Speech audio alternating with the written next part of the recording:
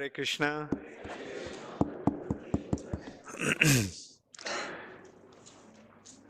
So, tomorrow, you're all going to go for parikrama of Avanti, Nagari. This Avanti or Ujjaini, the original name of this place is Avanti. And this place is considered to be one of the 7 holy places of India. This is the place where Krishna and Balaram came to study in the ashram of Sandipani Muni. Krishna Balaram came here to study. And Krishna came once again to win the hands of the princess of Avanti. And her name was Mitravinda. So Krishna, this is also Krishna's Krishna's in-laws' house.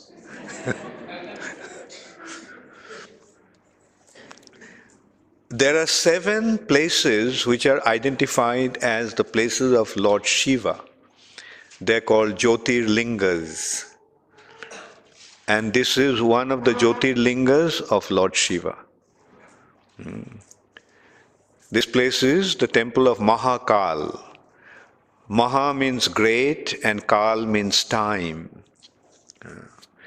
The manifestation of the Lord is in the form of time, and that manifestation of time is Lord Shiva. So, here Lord Shiva is present in the form of time. And this is the place where there are 4 places in the world where Kumbh Mela takes place. Kumbh Mela takes place in the 4 places where 4 drops of nectar fell during the time of churning of the milk ocean. Today I'll briefly discuss about that also. So this is the place where nectar fell, and as a result of that, this festival, the spiritual festivity called Kumbh Mela takes place. Those 4 places are Ujjain is one, Nasik, Haridwar, and Prayag, Allahabad. So, year 2016 will be the Kumbh Mela here. So it will be a big festival where they're expecting at least 50 million people to come.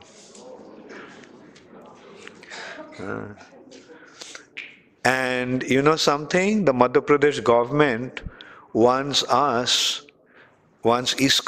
to be the ambassador for Kumbh Mela to the world.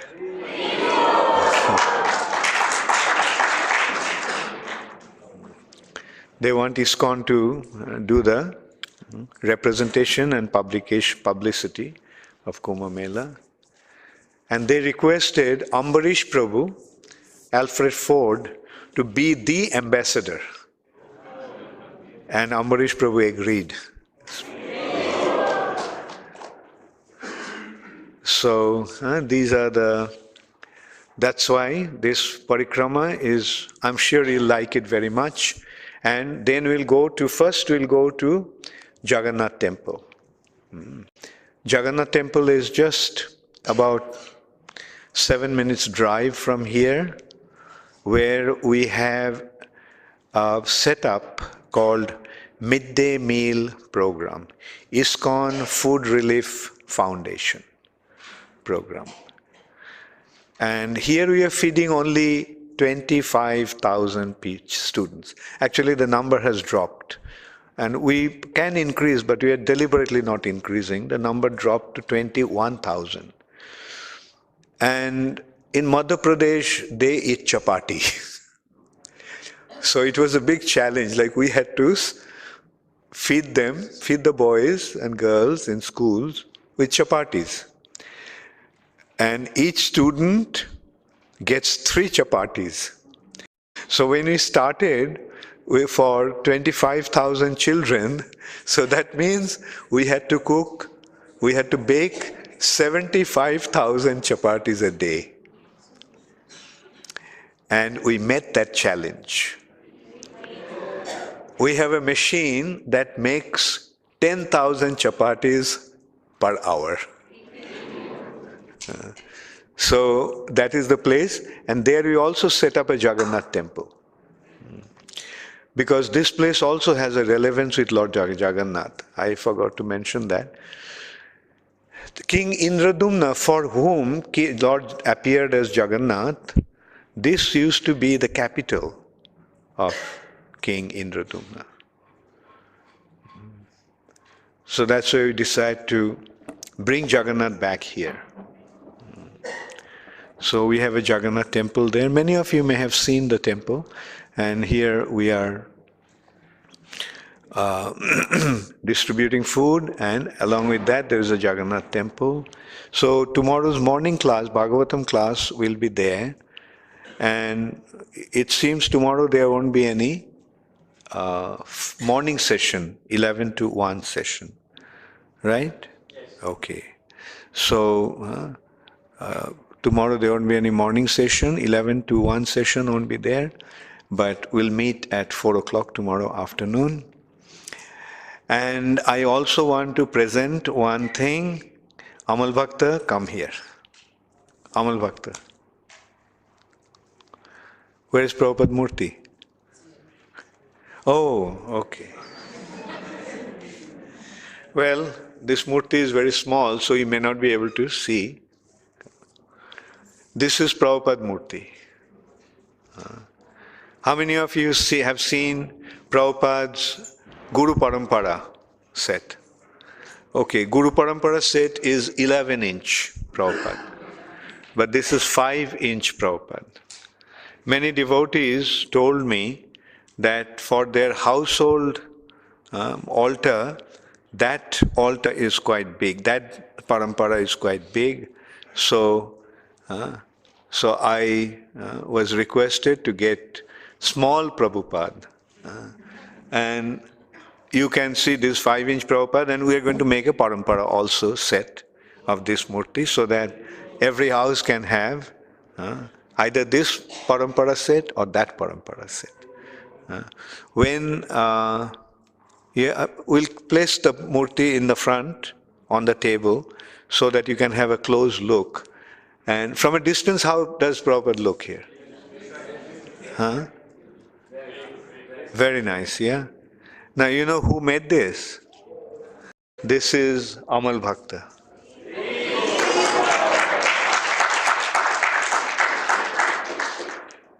You can see he's an artist, very talented artist. That Guru Parampara also, the bigger one, Amal Bhakta actually made them. And it's beautiful, Prabhupada Murti. And he's also doing the casting. And Amal Bhakta takes care of the casting department, where mainly we make Prabhupada Murtis. But we can also make Gaur Nitai deities. We have the mold. We also have Bhakti Siddhanta Saraswati Thakur. Bhakti Siddhanta Saraswati Thakur also we have. And anyway, those are for big temples, big deities for big temples. And so Amal Bhakta is taking care of that department. Another department, nowhere in ISKCON they have this department. Because nowhere else in the world there is Amal Bhakta. Thank you, Amal Bhakta.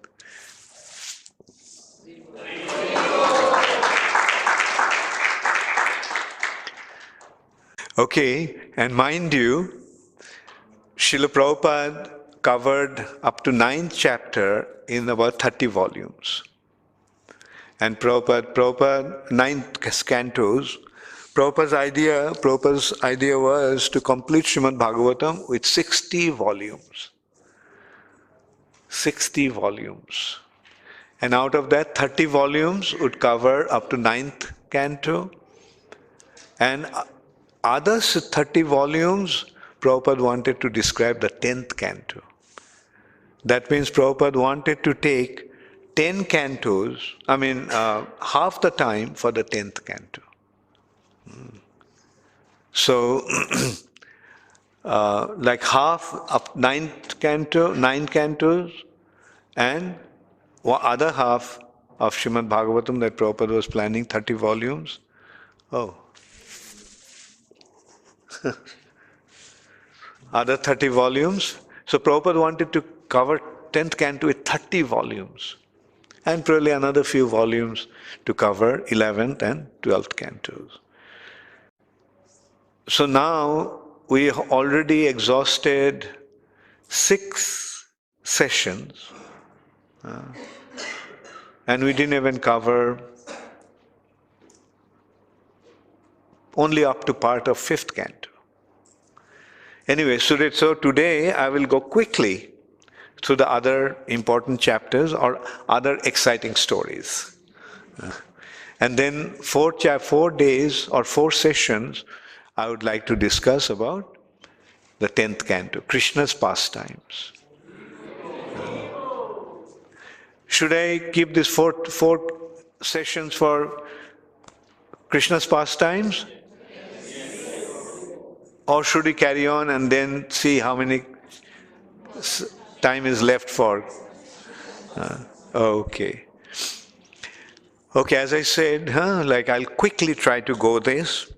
Okay, now we are coming to Hiranyakashipu and Hiranyaksha and Prahlad Maharaj.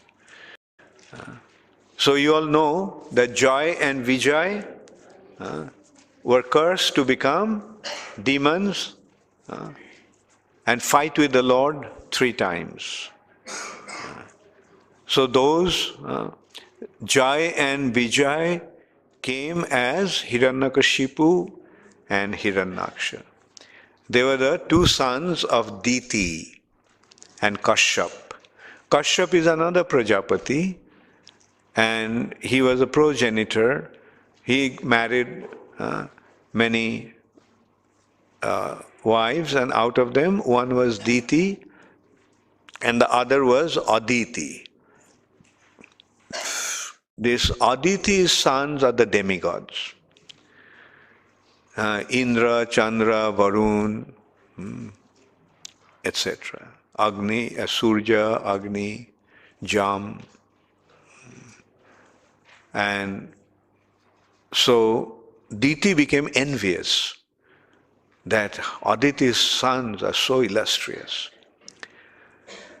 So she approached her husband for children.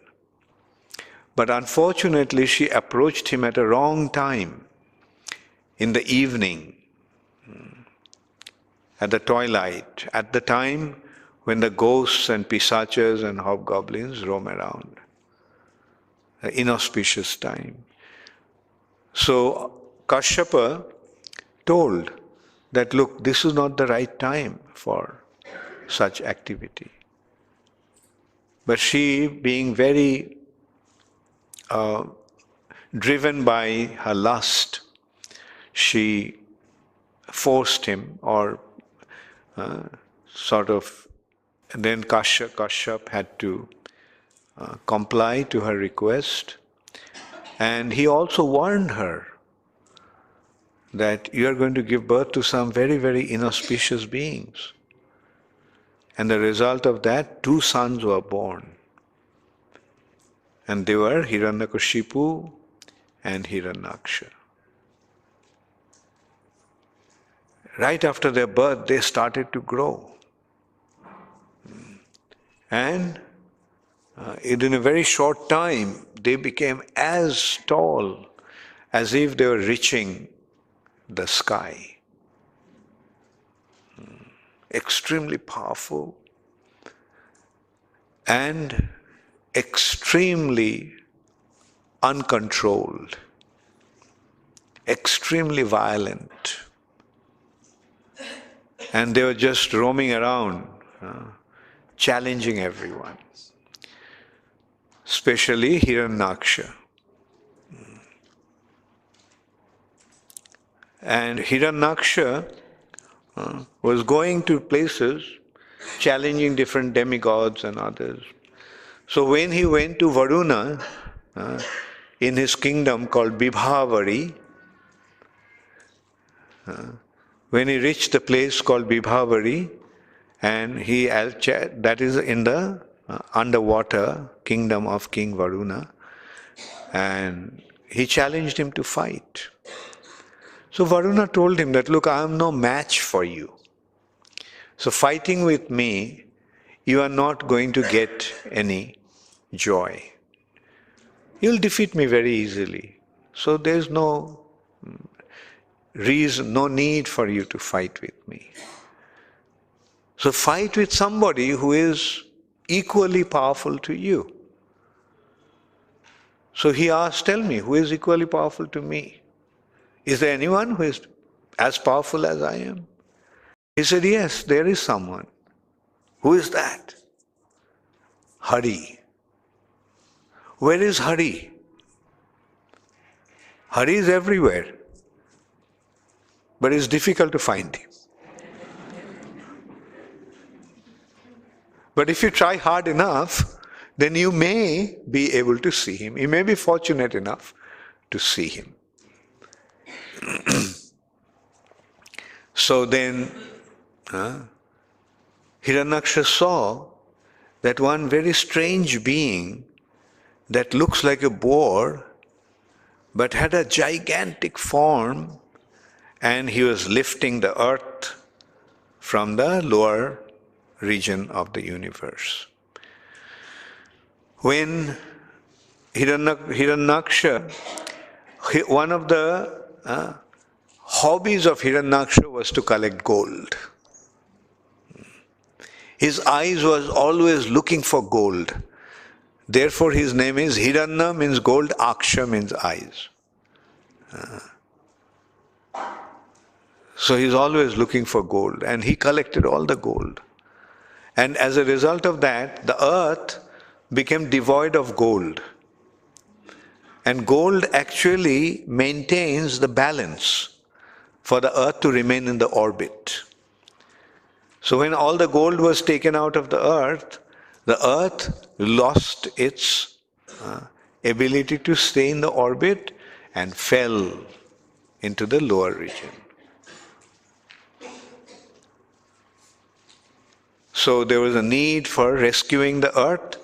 Therefore the Lord appeared as Varahadev, or a transcendental boar, and he picked up the earth from the nether region, and when he was lifting the earth, Hiranyaksha saw him.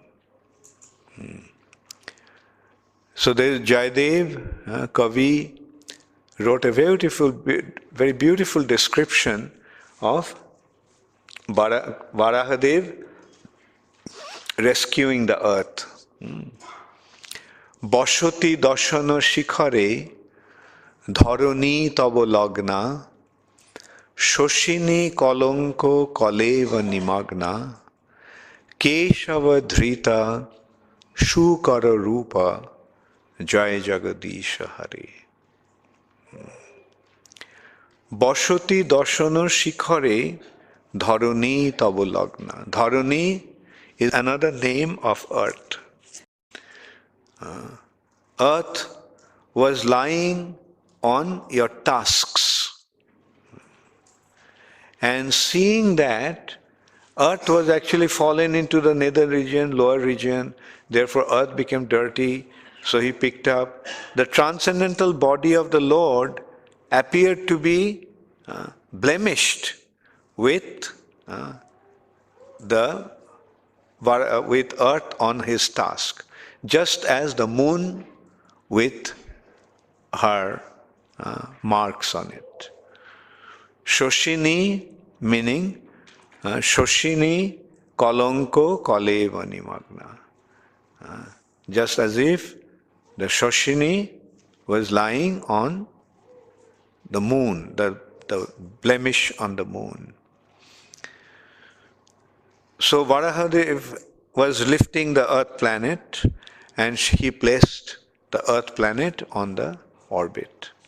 So earth was rescued, but Hiranyaksha became very upset. How do you dare to do it without my permission? So he challenged him to fight. He thought it was just a boar, and he can very easily defeat that. But the fight continued for a long, long time, and nothing was happening. And no one is able to defeat anyone. Both of them are fighting. And Hiranyaksha had a mess in his hand. He was fighting with that. Varahadev also got a mess. And he was fighting with that. Like, really he was holding it with his hoof. Like a boar has only the split hoof. So with that he was fighting. But the Lord can do anything. And at one point, and at that time the demigods were watching from the heaven this fight between Lord Varahadev and Hiranyaksha. And at one time, due to Hiranyaksha's striking, being hit, his mess, Lord's mess, fell out of his hand. And this fight was taking place in the space, and mess just slipped out of his hand and fell. And he was standing there as if now he is exposed to the attack. So demigods cried out, "My Lord, please do something.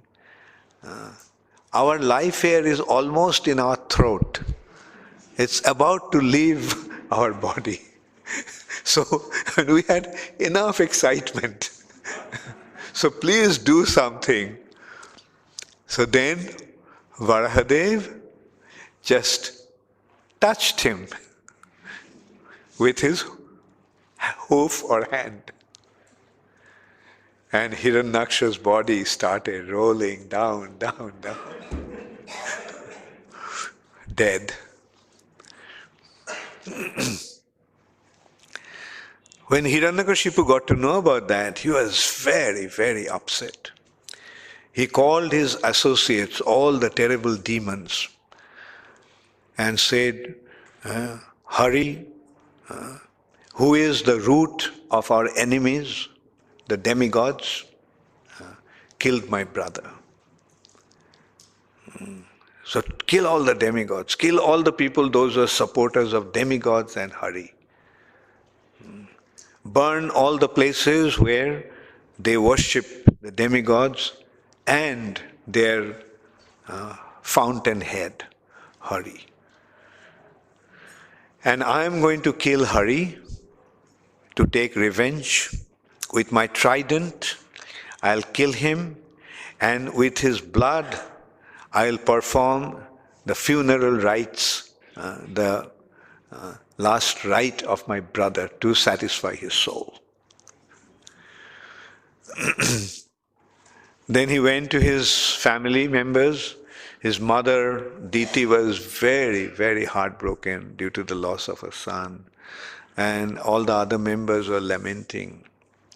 Now this is also another very nice aspect of these demons. Although they are demons, but we see that what kind of spiritual knowledge they had. He consoled his mother. Mother, don't worry. After all, the soul is immortal.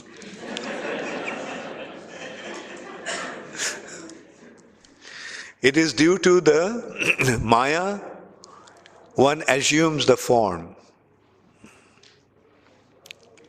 And so this is we can see even at that time, this Mayavad philosophy was there. But the living entity is eternal. The body changes. Janma, mrityu, jara, badhi. The body that is born is bound to die, is susceptible to old age, and so forth. And in this way, he consoled his mother. And then he told a beautiful story. There was a king called Sujagya in the province called, in a country called Ushinar. And in a battle, he lost his life. So all his wives surrounding his body, they were lamenting, they were crying.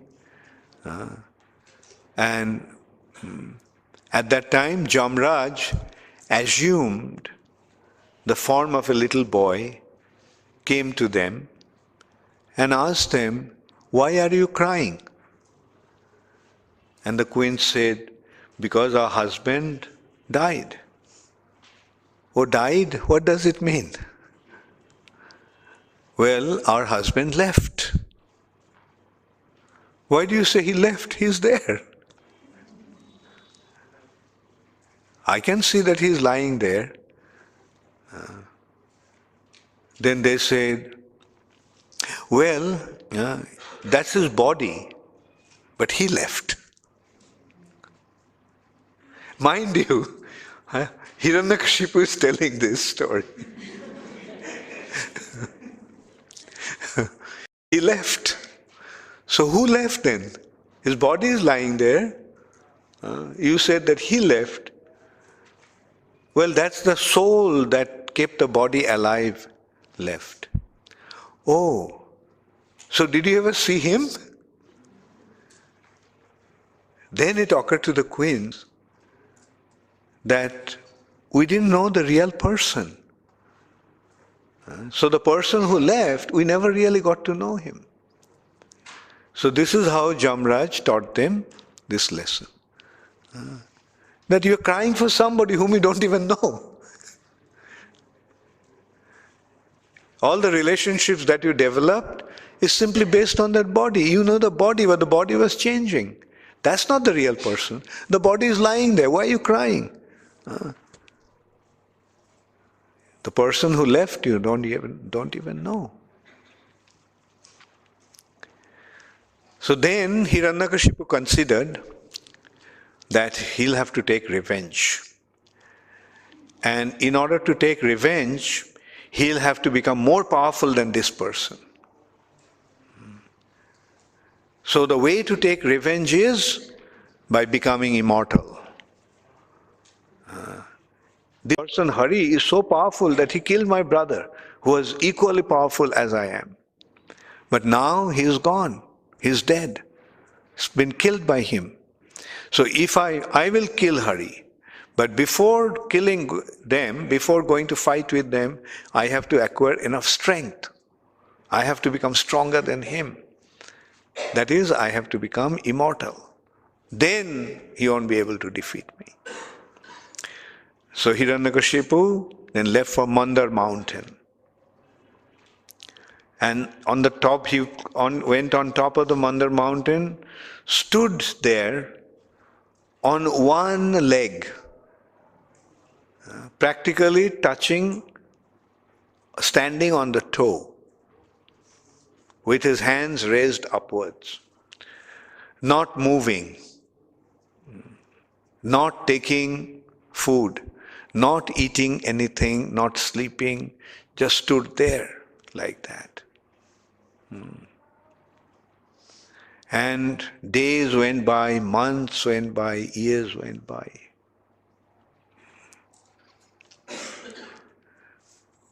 Motionless, he was standing there.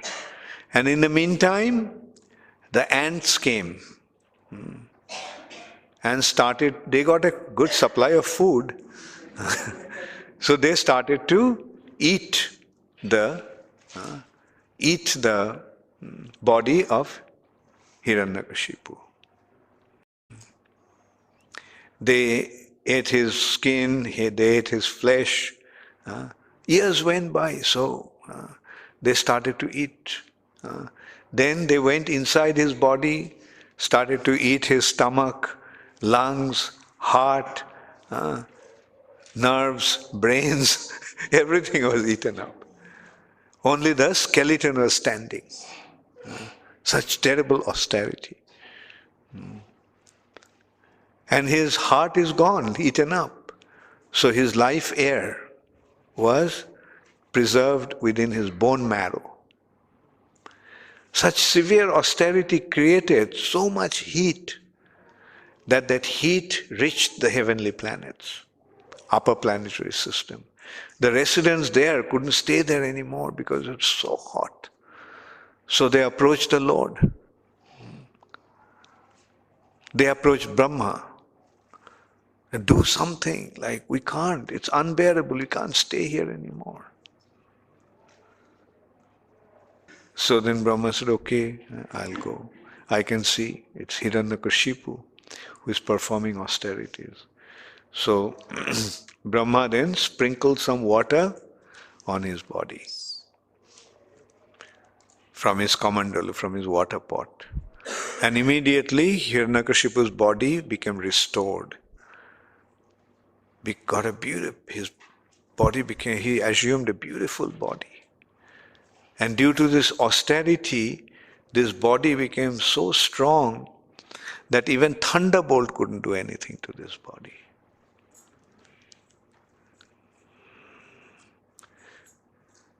So Brahma asked, okay, Hiranyakashipu, what's the matter? Why are you performing such austerity? He said, I want to be immortal.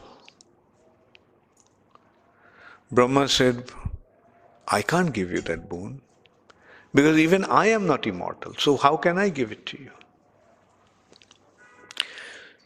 So Hiranyakashipu thought that Brahma is trying to trick him, lying him in this way. So he said, when Brahma refused to give him immortality, then Hiranyakashipu asked, okay, then give me the boon that no man, animal, Rakshasa, Daitas, Danavas, serpent, he named everything, won't be able to kill me. Brahma said, fine, tathastu, granted. Give me the boon that I won't be killed by any weapon, granted. Give me the boon that I won't be killed on the space or land or water, granted. Give me the boon that I won't be killed inside the room, inside the house or outside the house. Granted. Give me the boon that I won't be killed during the day or at night. Granted.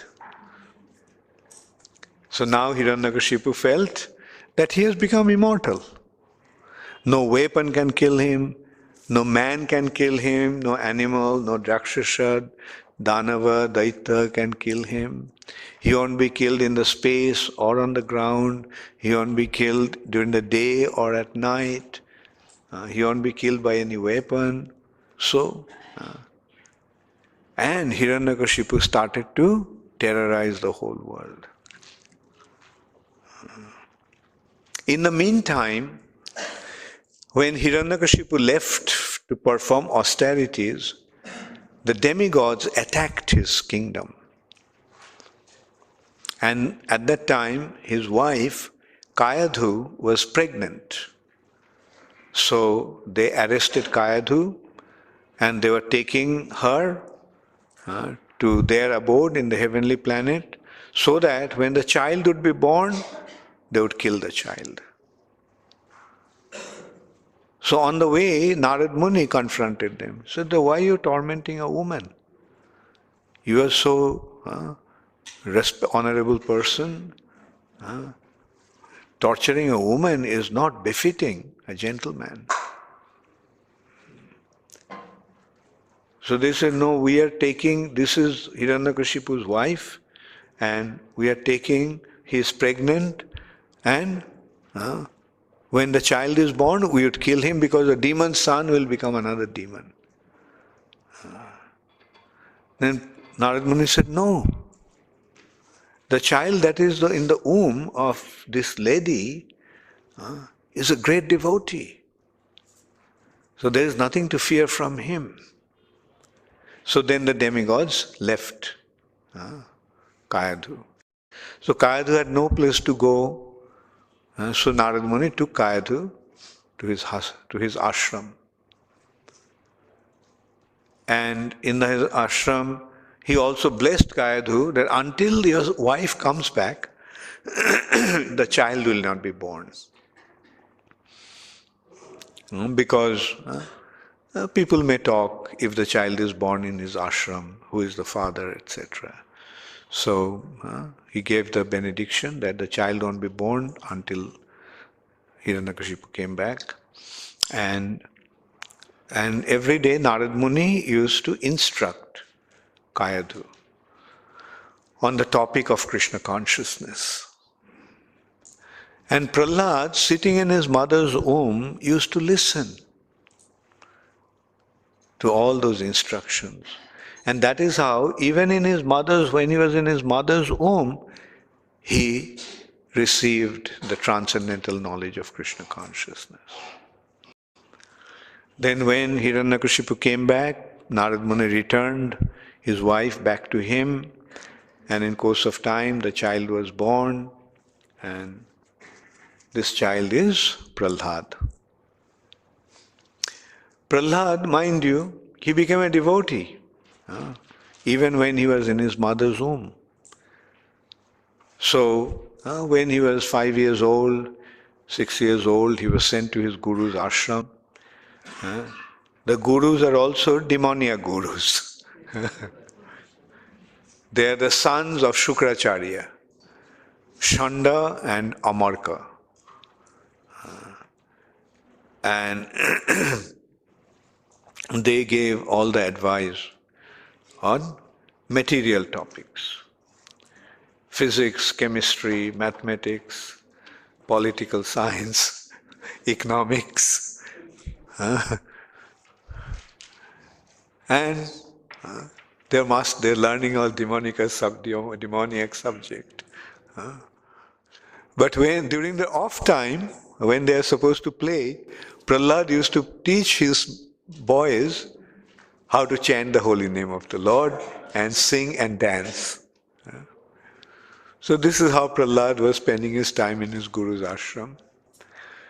Then at one time when he went home, his father asked him, Prahlad, so how do you like your guru's ashram?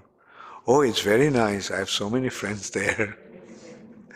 Prahlad, so what's the most important thing that you learned in your guru's ashram? Daddy. The most important thing I learned is that Krishna, Hari, is the Supreme Personality of God. What? This is what you learned in your Guru's ashram? That Hari is the Supreme Personality of Godhead, not me? My enemy has become your worshipable Lord? And he said that, and he should be worshipped. He has become your worshipable Lord. So he called Shanda and Amarka. Is this what you're teaching? And Hiranyakashipu is the king of the demons. So you can well imagine what his anger could mean. So they were trembling like a leaf in storm. And they said, no, sir, we never taught them any of these things. We tried to teach them physics, chemistry, mathematics, economics and politics. Then why did they learn this? We don't know. We never really taught them these subjects, this topic. So it seems that in disguise these demigods are coming and vitiating the mind of my child. So Hiranyakashipu made arrangements to guard the ashram so that nobody, even a bird, cannot enter there. So then Hiranyakashipu, after some time, again called Prahlad and asked, so Prahlad, what's the most important thing that you have learned? I learned that Hari is the supreme creator He is the supreme maintainer. Hiranyakashipu couldn't tolerate that. He threw the child from his lap and called their guru again and said, look, you better teach my son properly, otherwise he will be in trouble. So again they took him to the ashram and started to teach him all the important subjects to exploit this material nature. And so then again Hiranyakashipu called Prahlad. Prahlad, tell me now, my little boy, be very careful what you tell me this time. Just tell me, what's the important thing? Serving the Supreme Personality of Godhead and chanting His holy name is the ultimate goal of life. This was enough for Hiranyakashipu.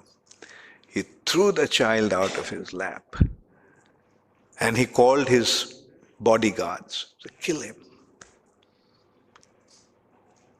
Being ordered like that, they immediately pulled out their weapons and attacked him. Their weapons couldn't do anything to Prahlad.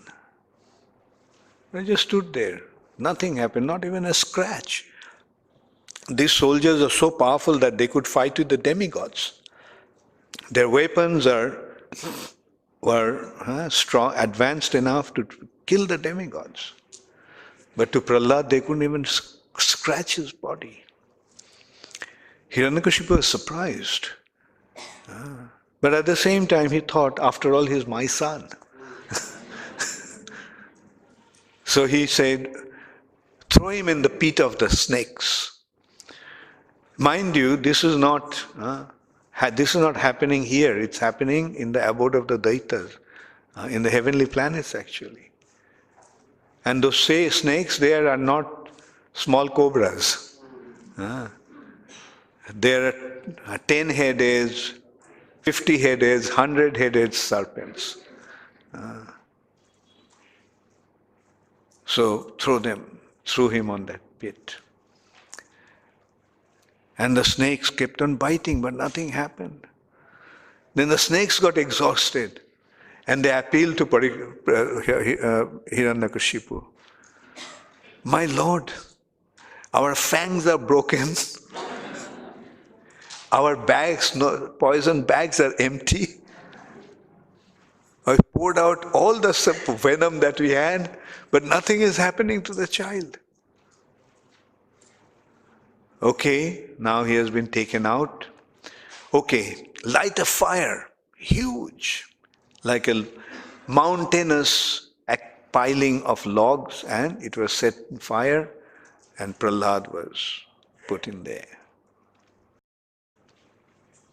The fire burnt, got extinguished, Prahlad is sitting there. Nothing happened. On the other hand, Prahlad felt as if the touch of the flames of the fire was like the soothing, cool touch of the lotus petals.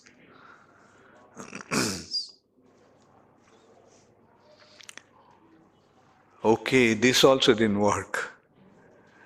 So throw him from top of the mountain. So Prahlad was taken.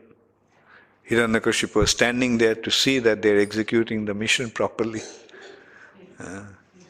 From top of the Sumeru mountain,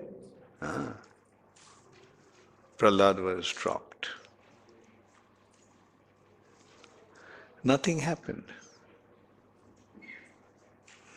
Midway, Krishna caught him, placed him on the ground.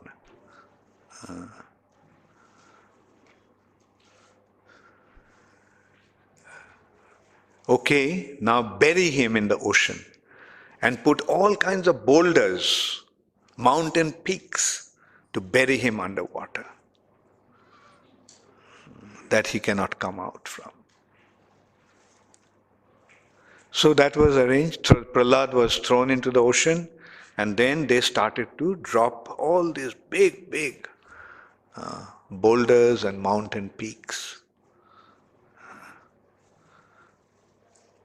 I think that is how the Table Mountain came. The flat, the peak is gone.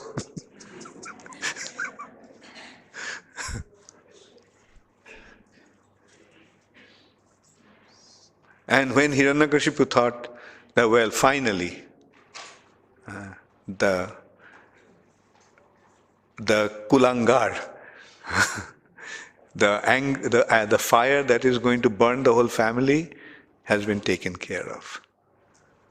But then all of a sudden he saw that Prahlad moved all those big, big boulders at ease, and he came out of that water.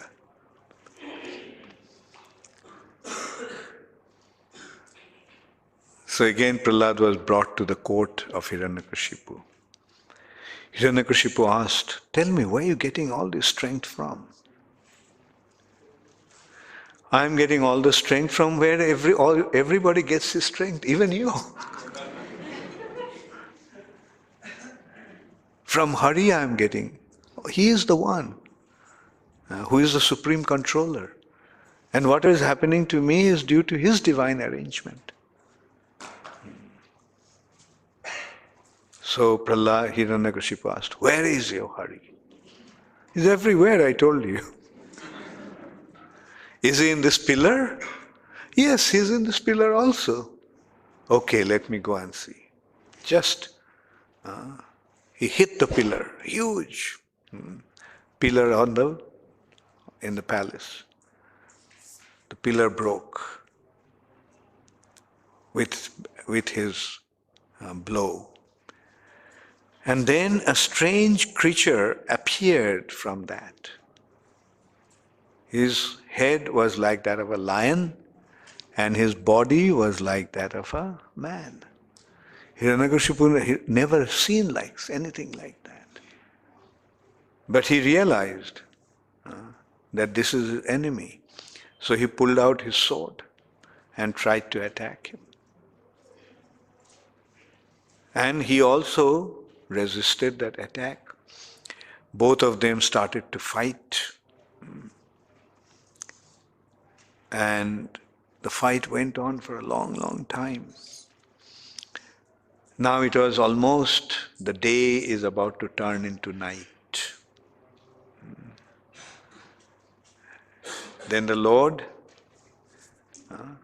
Narsingadev, picked Hiranyakashipu, placed him on his lap, sat on the doorstep, and with his nails he tore open his abdomen, pulled out his intestine along with the heart, wrapped that intestine around his neck, and he killed him. See, Hiranyakashipu got the boon that he won't be killed by any man or animal or demigod or Danava, Daita. Therefore, the Lord assumed a form that is neither a man nor an animal. Half lion, half man. He was not to be killed he was not to be killed in the space or on the land. He placed him on his lap, which is neither the space nor the land. He was not to be killed during the inside the room or outside the room. He sat on the doorstep, which is neither the inside the room, outside the room. And at a time when the day is just turning into night, when it is neither day nor night. He was not to be killed by any weapon, so he used his nails to tear open his abdomen. As we always sing, Tabo karo kamalo vare, nakham, nails, Adbhuta Shringam Dalita Hiranyakashipu Tanu Bringam. Hiranyakashipu's body that was even stronger, as strong, so strong that even thunder couldn't do anything to that body. But with your nail, you tore open the body just like a child tears open a wasp. A wasp body is so soft. So, to him, Hiranyakashipu's body was like the body of a wasp. Bhringam, Tanu Bhringam, body of a wasp. Keshava Dhrita Narahari Rupa. Keshava, Krishna, has assumed the form of Nara Hari. Nara means man and Hari means lion. Keshava Dhrita Nara Hari Rupa. Jai Jagadisha Hari. So in this way, he took care of Hiranyakashipu. Now the question arises, why did he wrap the intestine of Hiranyakashipu around his neck as if it's a garland? He treated it as a garland. Why? Because the soul of Prahlad Maharaj traveled through the intestine. The soul actually travels through the intestine and goes into the semen of the Father. So that is why to the Lord this intestine of Hiranyakashipu was like a garland. So this is how the Lord glorifies his devotees. This is how the Lord takes care of his devotees.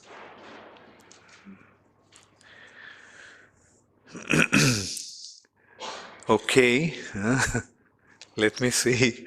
I thought I'll tell quite a few stories today, but what to do once I start? I can't make it short. Even though I try to make it short, but still it takes so much time to tell. Okay, I'll tell one story very shortly, very quickly. There was an elephant, king of the elephants. He went to the ocean, went to the lake to sport with his wives. And when he was sporting in the water with his wives, she elephants, then a crocodile came and caught him by his leg. And they started to fight for a long, long time. And finally, the crocodile, which is the creature of the water, and although the elephant is very strong, but it's at a wrong place. Elephant is a creature of the land, and he is in what the fight is taking place in the water. So very soon he was defeated. And when he was about to leave his body, the elephant realized, now the time has come for me to leave my body. So he picked up a lotus that was in the water, and he offered the lotus at the feet of the Lord, and he prayed to him, my Lord, now that I am leaving my body, please give me your shelter. So immediately the Lord came. And with his disc, chakra, he cut the head of the crocodile. And in this way, he rescued Gajendra. So this story is known as Gajendra Mokshan.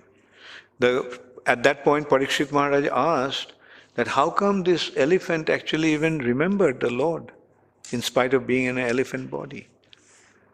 So he was told that this elephant in his previous life was a king called Indradumna.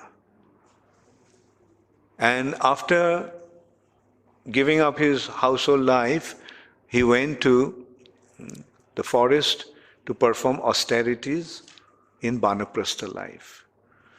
So he was so absorbed in meditating on the lotus feet, that when Agastya Muni came, and he did not get up to show respect to him. So Agastya Muni actually cursed him, that your intelligence is gross as an elephant's, so you become an elephant. That is why he became an elephant, but although was in an elephant body, but he could remember his past life.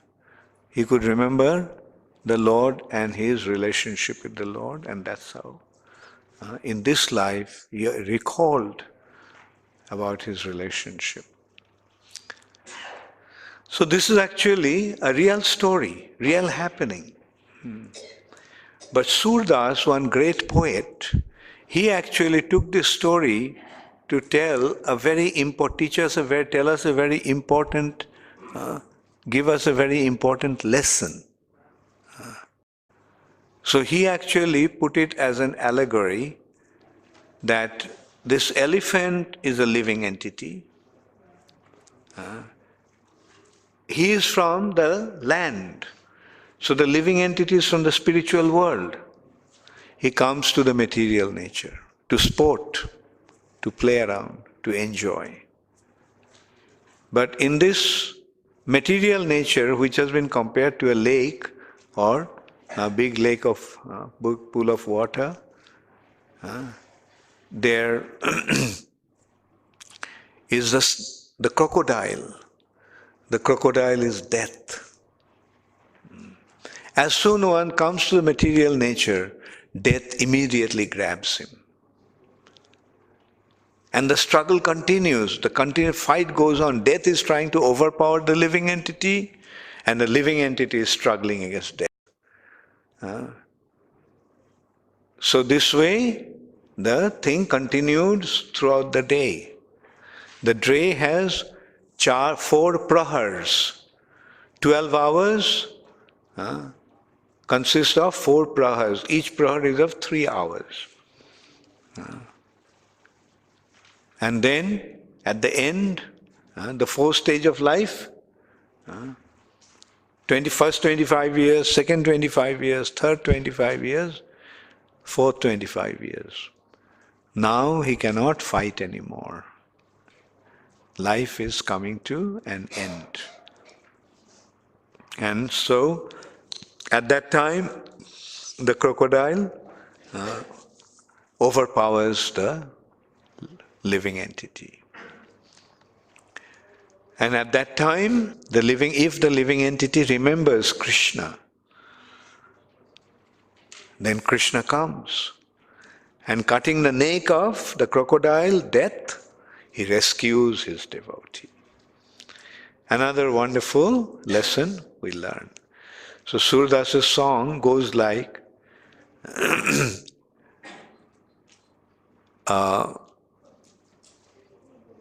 He Govinda, He Gopal, Rakha Sharana, Avato Jivana Hari. Neera Pivana, that's actually the beginning. Neera Pivana Heto Gayo, Sindhu ke kinare. Sindhu beach basata graha, charana dhari pajari. Neera Pivana, in order to drink water, the elephant went to the lake. And in the lake, there was a crocodile. And the crocodile grabbed him by his foot, by his leg. And Neera Pivana Heto Gayo Sindhu ke kinare, Sindhu beacha basata graha. Graha means a crocodile. Charana dhari pajari. Chara prahara juddha bhayo. For 4 prahars, the fight continued. Le gayo majidhari. And after that, the crocodile dragged the elephant into the middle of the lake. Le gayo majidhare, naaka kana dubana lage, Now the elephant is drowning, drinking water through his nose and ears. Krishna ko pukare. At that time he calls out to Krishna. Dwarka से चले गोपाल गरुड़ के बिछारे चक्र से ग्राहों को मारी गजराज को उधारे.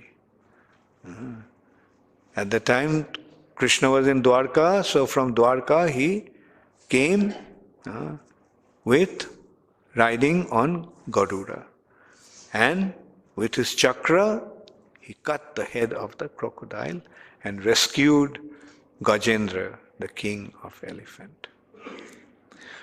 Sur kahe shyam suno sharanai tohare ab hamare par karo he nand ke dulhare. Surdas is saying, hey Shyam, Krishna, sharanai tohare, now I am remembering you. Just the way you rescued this Gajendra, please rescue me also. Sur kahe shyam suno sharanai tohare ab hamare par karo he nand ke dulhare. Hey son of Nanda Maharaj, please rescue me also just the way you rescued Gajendra. So didn't we learn another wonderful lesson? What should we do at the time of death? Remember Krishna, and he'll positively rescue us.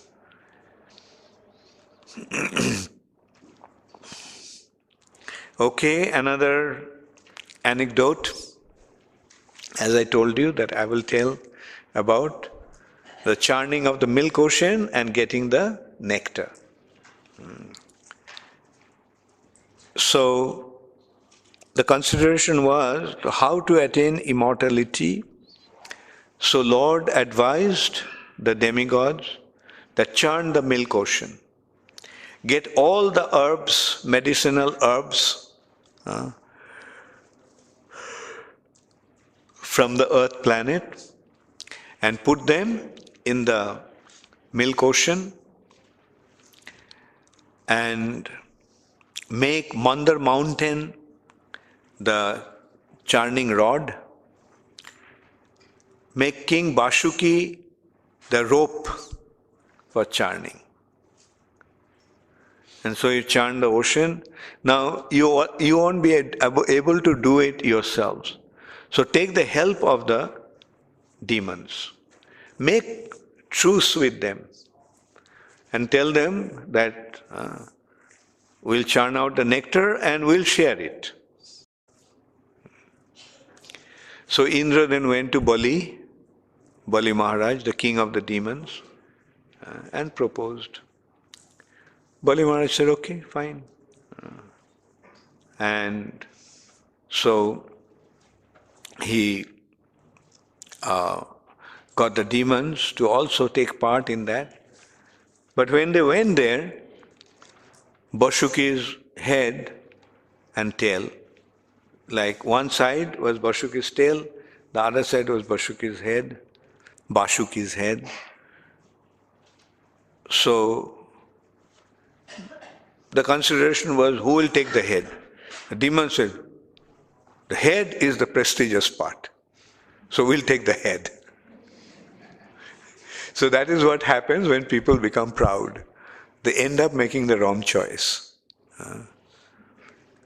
So they just took the head side of Vasuki, and the demigods got the tail part of the Vasuki, and they started churning. Did you ever see how churning is done? In the modern world, you have a blender and mixer. So you don't use this churning device. A rod, and they put the rope around it, and then they pull it. When they pull it, then the rod rotates, and that's what makes it churn the milk or yogurt. So that is how they started to churn. Now, because of this friction, because of this tension and exhaustion, from Bashuki's mouth, the poison started to come out, hot flame. And the demons were exhausted and they realized, oh, what a mistake we made. Better would have been to give this part to the demons, to the demigods. Or before that, something happened. The demons and demigods collectively uprooted the Mandar mountain. Now, mind you, Mandar mountain is not in this planet. And it is, I don't know how many times, maybe 100 times higher than Himalayas. So they carried the Mandar mountain with great difficulty, brought it to the milk ocean. And as they put it, the mountain sank. So now they're completely frustrated. What shall I do? Like, we brought the mountain with so much trouble, and now the mountain sank in the milk ocean. So they started to pray to the Lord. Then the Lord said, okay,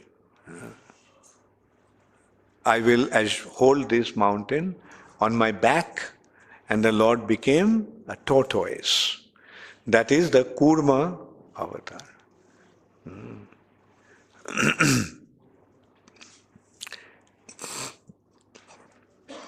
And so he held the mountain, and then they started to churn the milk ocean with the mountain.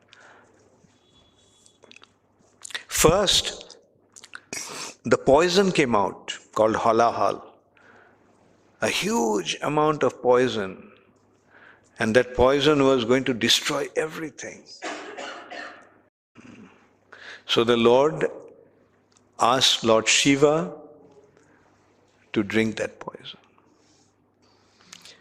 Lord Shiva said, fine. So he went and took the poison in his palm, just drank it. But he drank it, but he held it on his neck. And as a result of that, his neck became blue. Therefore, another name of Lord Shiva is Nilakantha, blue-necked one.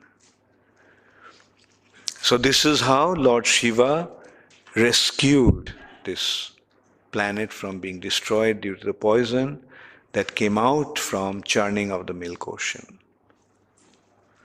Then the nectar came. Then various other things came. Airavat came, the elephant that Indra took. Then Ujj360P, horse came.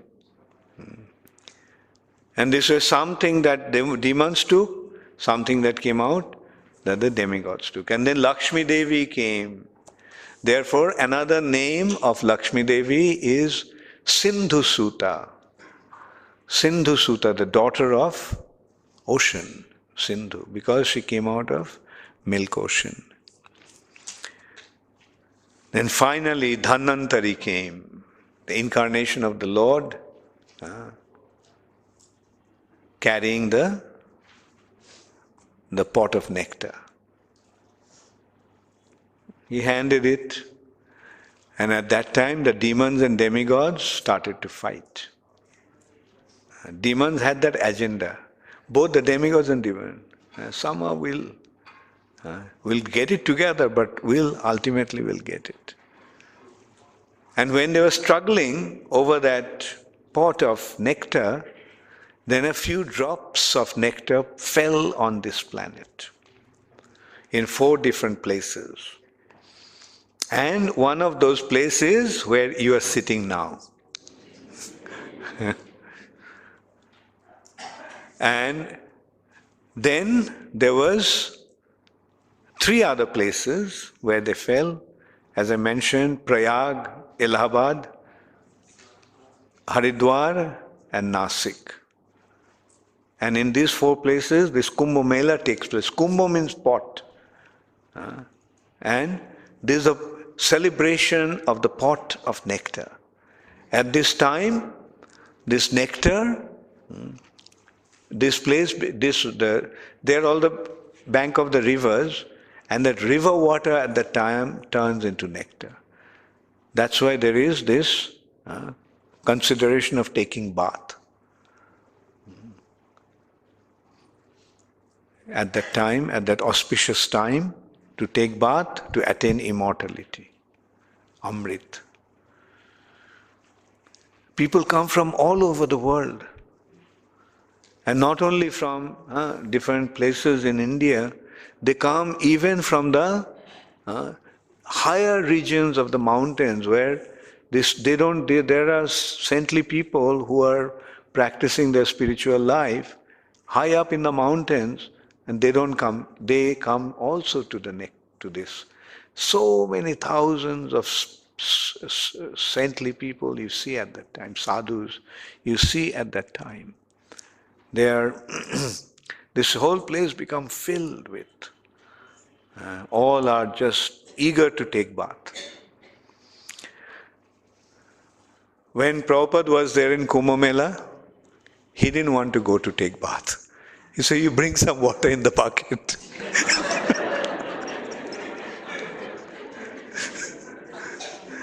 And Prabhupada just took a bath in that bucket.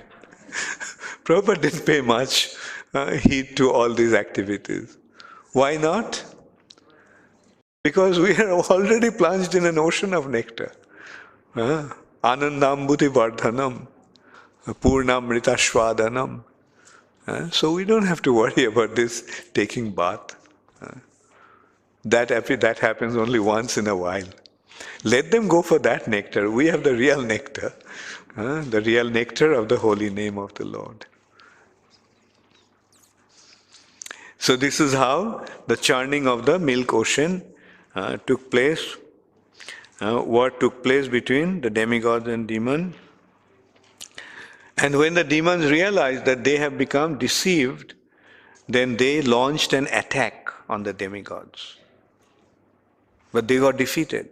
The demigods became so powerful.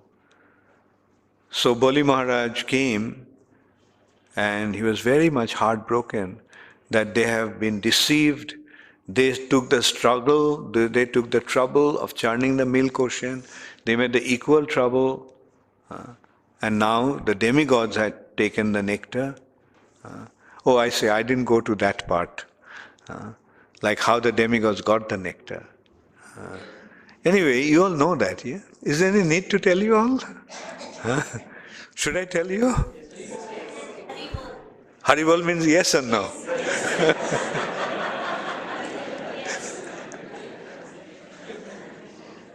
So, when they were struggling, so at that time, the Lord came, assuming his Mohini Murti, the most enchanting female form.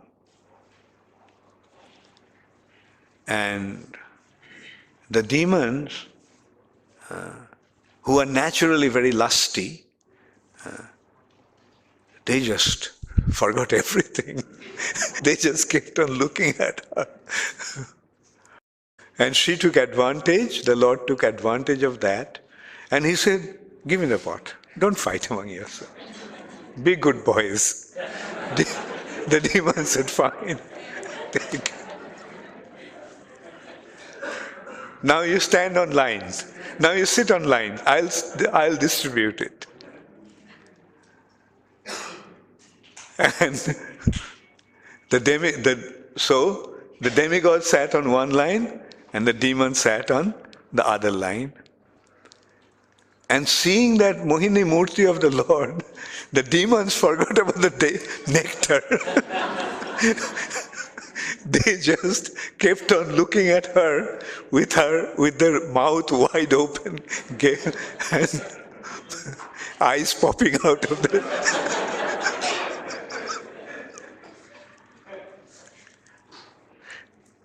And he started to pour the nectar to the demigods. And at that time, Rahu understood what was going on. So he quickly changed side and sat on the demigod side. And Mohini already poured the thing to nectar in his glass. and he just about to drank, and at that time sun and moon recognized. And he said, hey, he's a demon. So the Lord released his Sudarshan Chakra and cut his neck, cut his head. So but by the time he already took the nectar, so his body became immortal. Although it is just half, just the head severed from the body, the Rahu became immortal. And he developed an animosity towards sun and moon because they reported. That is why at certain time he swallows them. That is the eclipse. Rahu is eating up sun and moon, but because he eats and then it comes out through his neck.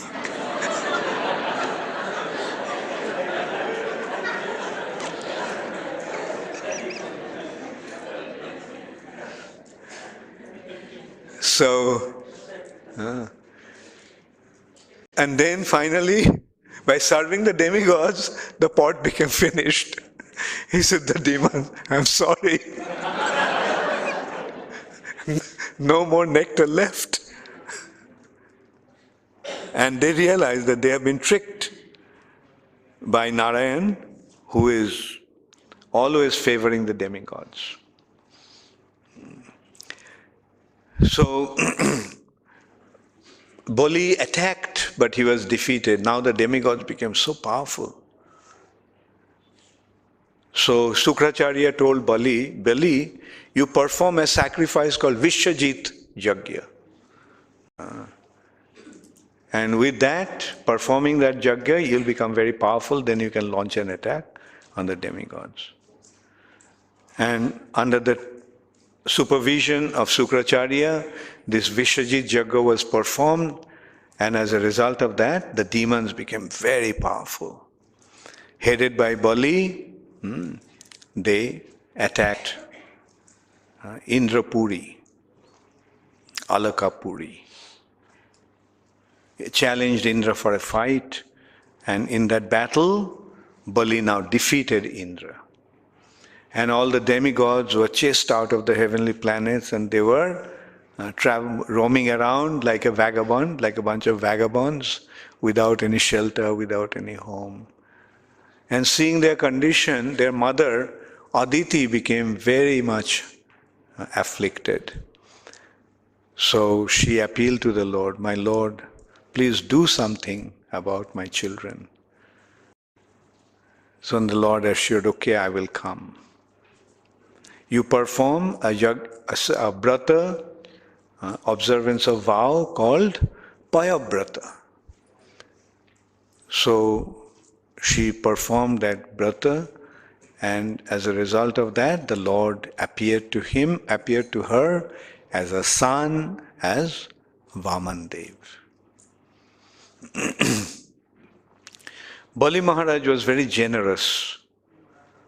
So he was performing a sacrifice, and after the sacrifice he was giving in charity to especially all the Brahmanas.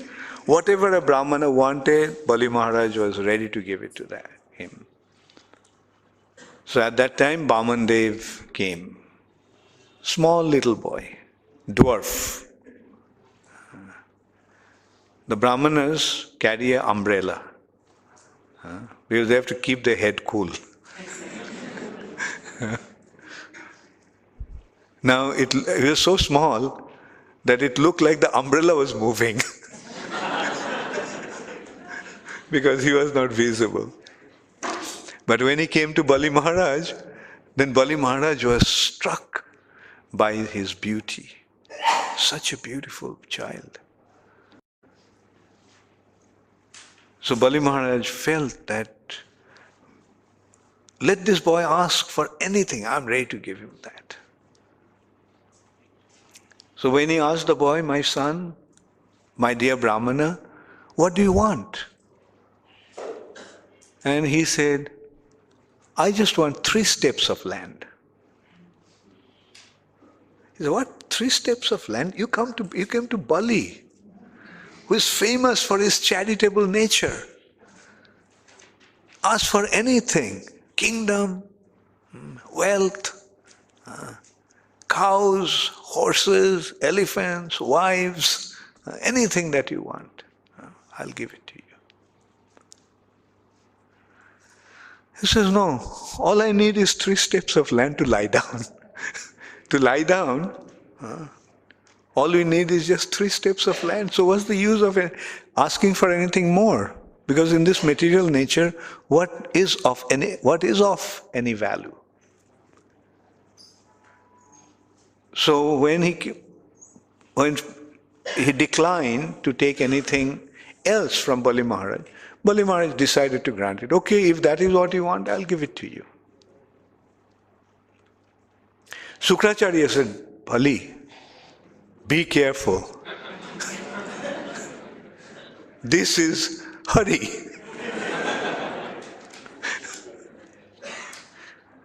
By nature, Brahmanas are greedy. And this Brahmana is so renounced, something is wrong. He must have come here to deceive you.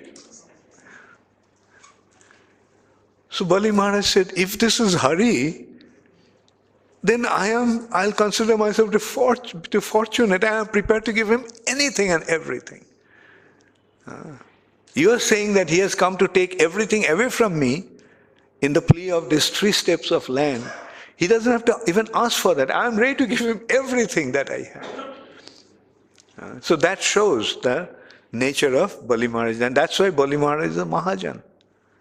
He knew the Supreme Personality of Godhead, and he knew the result of surrendering unto him. Sukracharya then said, Bali, don't make that mistake.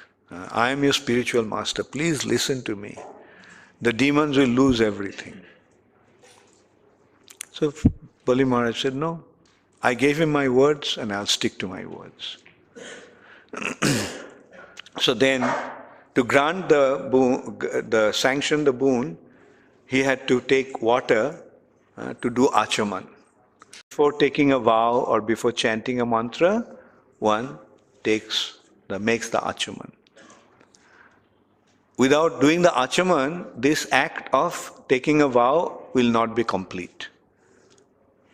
So in order to prevent Bali Maharaj, Sukracharya entered into that water pot and blocked the neck of that water pot so that water won't come out. So Bali Maharaj is trying, what happened? Water is not coming out. Then Vamandev said, let's see. He took a kusha grass and poked. And as a result of that, Sukracharya's left eye got blinded.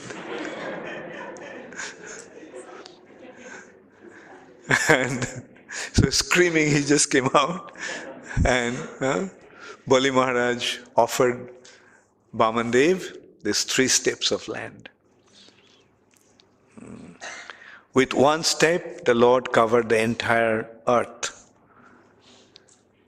Then with the 2nd step, he covered the entire space, all the way up to the upper planetary system, all the way to the covering of the universe. And then he asked, Bali, where shall I put my 3rd step? You promised me that you'll give me 3 steps of land, but now where is the 3rd step? So Bali said, my head. And the Lord placed his lotus foot on his head, and that's how he blessed Bali Maharaj. And he sent him to the lower planetary system, Patala Loka. And at that time, he also gave a benediction to Bali Maharaj, that Bali, since you have complied to my request, I also will reciprocate by becoming your gatekeeper. You'll be in the lower planetary system and I'll be there keeping your gate.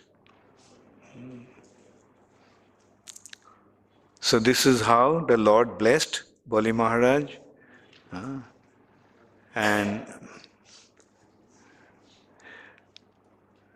so, how many questions do you have? Let's see, 1, 2, 3, 4. Okay, so I'll give some time for question answers. There are two things that I wanted to tell this today. One is Ambarish Maharaj, the episode. Anyway, quickly maybe I can say that. And the other one I was going to say is about Lord Ramchandra. But that won't be possible because once I start speaking about Ramchandra, it'll take at least half an hour.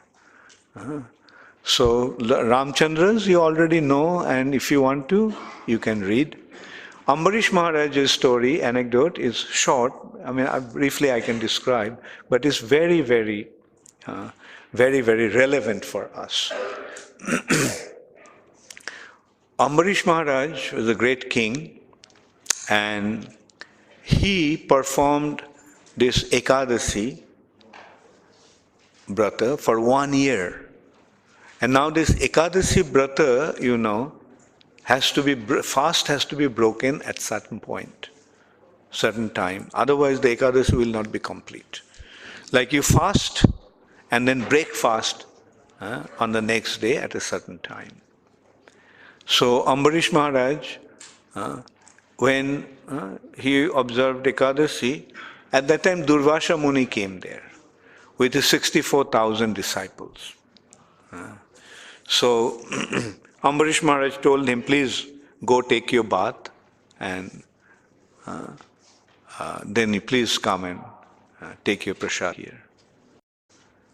So Durvasha went to take his bath with his disciples, and it was taking a long time, and he was not coming back, In the meantime, the time of Paran, the breakfast time, was about to expire. So his priest told that you just take some water, because by taking water, you will break the fast, because you are fasting from water. So you take some water, you'll break the fast. Yet, it is actually when a guest is in the house, the custom is, the landlord, the head of the house, doesn't eat before feeding the guests. That is another Vedic culture.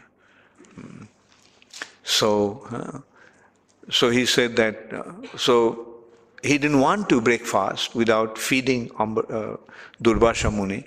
Now Durvasha Muni, probably you all know, he is famous for his hot temper and he is famous for cursing. He just gets an opportunity and he curses. So Durvasha Muni, just when Ambarish Maharaj took a little water, Durvasha came there. You started to eat or drink even before I have eaten anything. Your guest. So I'll kill you. So he took a tuft of his hair and put it on the ground in order to attack Ambarish Maharaj. But as soon as he did that, he saw Sudarshan Chakra coming towards him. Durvasha got afraid and he ran. With his mystic power, he could move faster than the Sudarshan Chakra. Sudarshan Chakra running as fast as Sudarshan Chakra. Sudarshan Chakra is chasing him and he is running ahead of Sudarshan Chakra. He went to all different places. He went to Parvati, he went to Lord Shiva, and they all said, look, we can't do anything. We can't do anything. We can't help you from Sudarshan's attack. It's the Lord's own disc. Who can ever prevent it? So then Durvasha Muni went to Vaikuntha planet and told the Lord, "My Lord, please save me from your Sudarshan." Lord said, "I can't do anything. The offense that you have committed to my devotee, only if he forgives you, then only Sudarshan will stop, not otherwise." So Durvasa then went to Sudarshan, went to Ambarish Maharaj. And when he came to Ambarish Maharaj, Maharaj Ambarish told him, "If that is the case, it is for my sake. I didn't take any offense." And then he started to pray to the Sudarshan Chakra. "Oh Sudarshan Chakra, please take all my pious activities. If at all I have any pious activities, take all the pious activities and don't harm this Brahmana." Then Sudarshan stopped. And then the Lord says, "See, this is the quality of a devotee. Even though someone commits an offense to such an extent that he wanted to kill him, but when he came and begged forgiveness from him, he is prepared to give all his pious activities in his favor."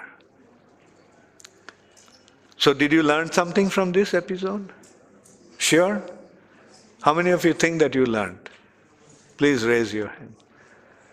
And if you think that you are going to practice it also yourself, what you learned, then raise both your hands and say, "Hare Krishna, Hare Krishna, Krishna Krishna, Hare Hare, Hare Rama, Hare Rama, Rama Rama, Hare Hare." Srila Prabhupada ki, Harinam Mahamantra ki, Gaur Premanande, Hari Hari Bo.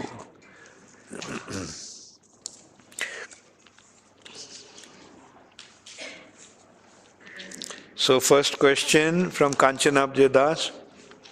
Dearest Guru Maharaj, please accept my humble obeisances. All glories to Srila Prabhupada. All glories to your divine grace. It is mentioned that Indra is not a pure devotee. However, Lord Shiva is the greatest Vaishnava. Which other demigods are pure devotees of Krishna? The demigods are devotees, but they are called karma mishra bhaktas. They are the devotees with karma, fruitive desire. They are devotees of Krishna to fulfill their fruitive desires. Like they are devotees of Krishna to ask some favor from him. Give me this, give me that. That is the situation of the demigods. Lord Shiva is not a demigod. Lord Shiva is the god of the demigods, Devadi Dev.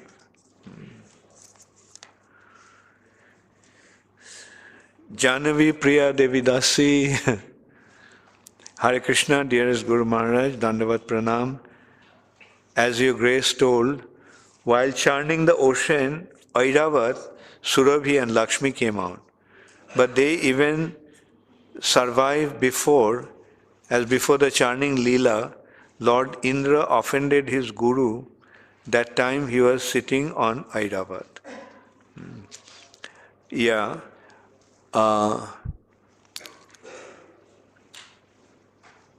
Yeah, that's true. He lost his... Yeah, so maybe it's a mistake. Not Airavat. Ujj360P came. The horse came, not Airavat. Thank you, Janavi. You got it?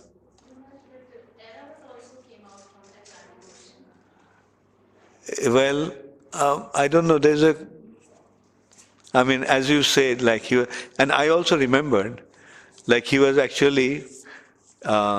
he lost the bliss. Then again, Lakshmi left at that time. And he was in Airavat because Durvasa gave him this garland and Indra put it on Airavat's head. And then Airavat actually took that garland and threw it away. So that's why Durvasha got upset and he cursed that Lakshmi will leave you. Airavat, that's it. I think during the milk ocean I have to see the churning whether Airavat came or not. It came. I see. Okay. So both are correct.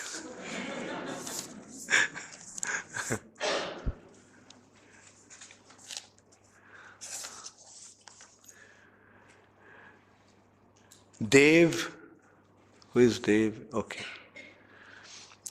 Dear Maharaj, Dandavat Pranam, kindly help me understand when the Lord is capable of manifesting himself anywhere, anytime, as per his sweet will, why does the Lord uses Garuda as this preferred transportation system? Is there any specific relevance to it?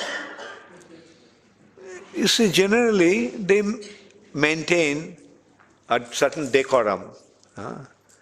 That when somebody has to carry, somebody has to ride on some carrier. So he also selected that he'll have a carrier. Like everybody there has some carrier. Like for example, Brahma has the swan. Lakshmi Devi has owl. Like Indra has his elephant.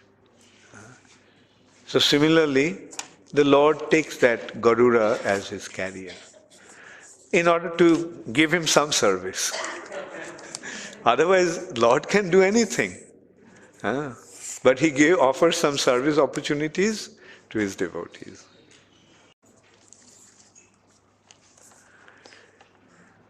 This is Ananta Prem Das. Dear Guru Maharaj, please accept my humble obeisances. All glories to Srila Prabhupada. Why all the holy places and rivers are in India, not in other parts in the world? Why does the Supreme Personality of Godhead incarnates only in India and not in other parts of the world? Sometimes people ask me these questions, but I don't know the answer. Because, you see, certain places have certain characteristics. India is the place, Bharatvarsha is the place which is in the mode of goodness. And in the mode of goodness, the saintly people stay. So the Lord comes to please or protect his devotees, saintly people. And because they are generally used to be in India, that's why he used to come in India. Because this is the holy place. Like one example we can consider in this way, in Delhi, the capital of India, there is an area called Chanakapuri. And all the embassies are in that area. Right? So similarly, all the abodes of the Lord is in that special place called Haridham. So that is the thing. Mainly because it's in the mode of goodness. But we also must remember that in the age of Kali, everything has become a khichdi. All got mixed up. So India is not the land of mode of goodness anymore. That's why the Lord made arrangement that now let this Krishna consciousness movement spread all over the world, not only in India. And the Lord is manifesting himself in the form of his name everywhere. And his devotees are not only in India, his devotees are everywhere.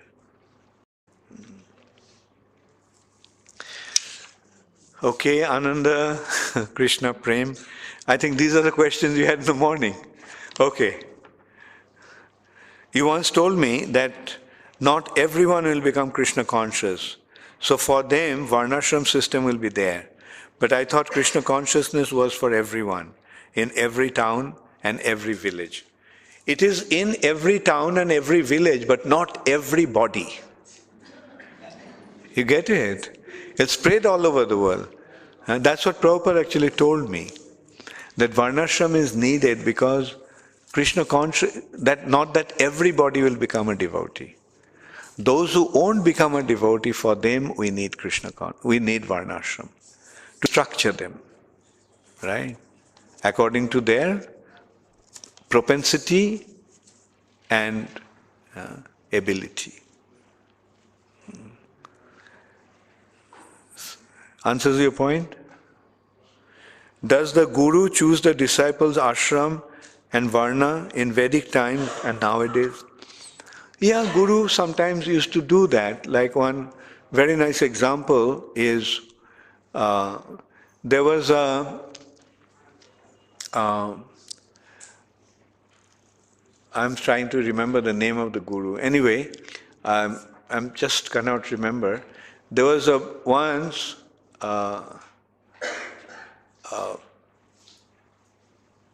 a boy came to this Guru, and Guru asked him, "What is your gotra?" Means, what is your family line? And so he said, "I don't know. Maybe I'll just go and ask my mother."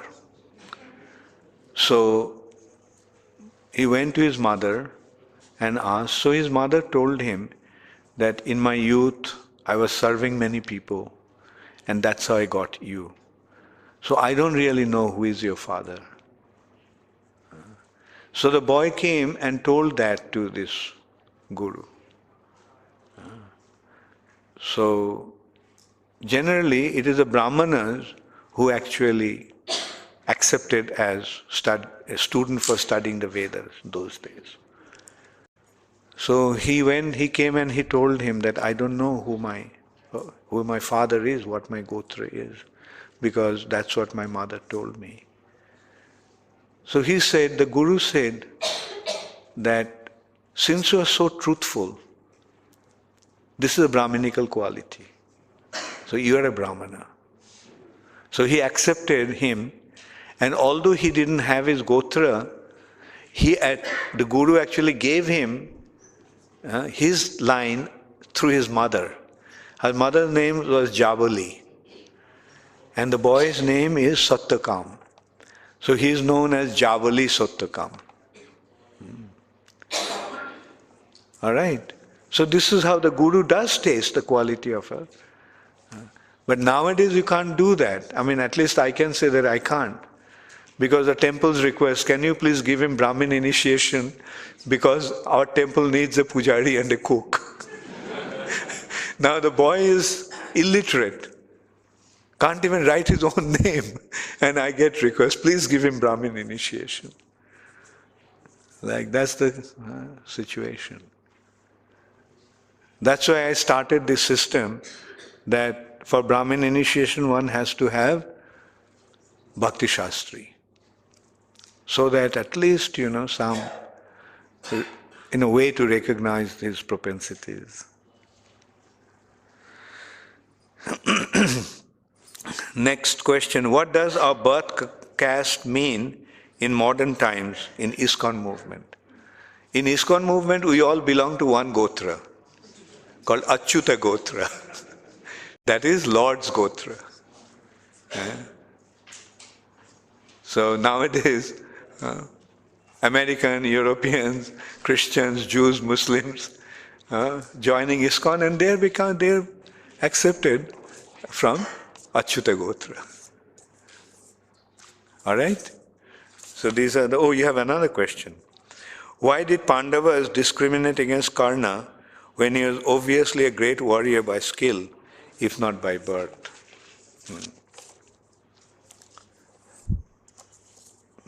I mean, as I said, that those days the consideration of birth was quite important because the Varnas structure was very defined.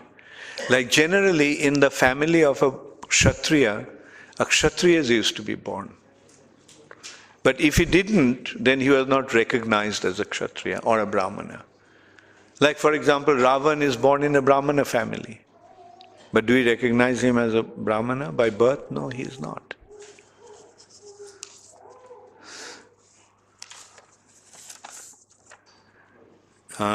This is Parameshwari Radhika Devi Dasi. Dear Gurudev, Dandavat Pranam. What happened to Koti Koti?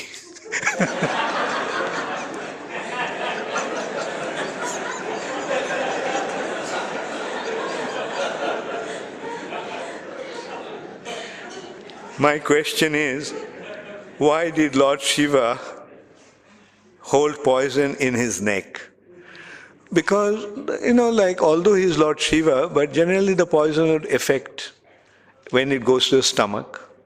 So just like that, he didn't allow it to go to the stomach, although he is Lord Shiva. Anyway, as I said, like these are the pastimes. That's why he gets the name Nilakantha. Ramanandini. Okay. Hare Krishna Guru Maharaj, please accept my humble obeisances. All glories to Guru Maharaj, all glories to Srila Prabhupada. Thank you for the beautiful and riveting narrations of Srimad Bhagavatam. May I ask what was the purpose of Chitraketu in taking the form of the demon Vritrasura? As I said, it was the curse of Parvati. Parvati cursed him, and that's why he became a demon. Right? Did he take this form only because of being cursed, or was there a further purpose of this position, of this pastimes? Yeah, there are, you see, one activity also unfolds in many other, revealing many other purposes. It happens. Like you can say that, this had to happen to kind of teach Indra a lesson, teach us a lesson on top of everything. Didn't we learn a beautiful lesson from him? That even as a devotee, even if we are cursed, we don't care. Although sometimes we get, of course, but generally in an advanced stage, we don't get affected by that. Thank you very much. All glories to Srila Prabhupada. Gaur Premanande Hari Hari.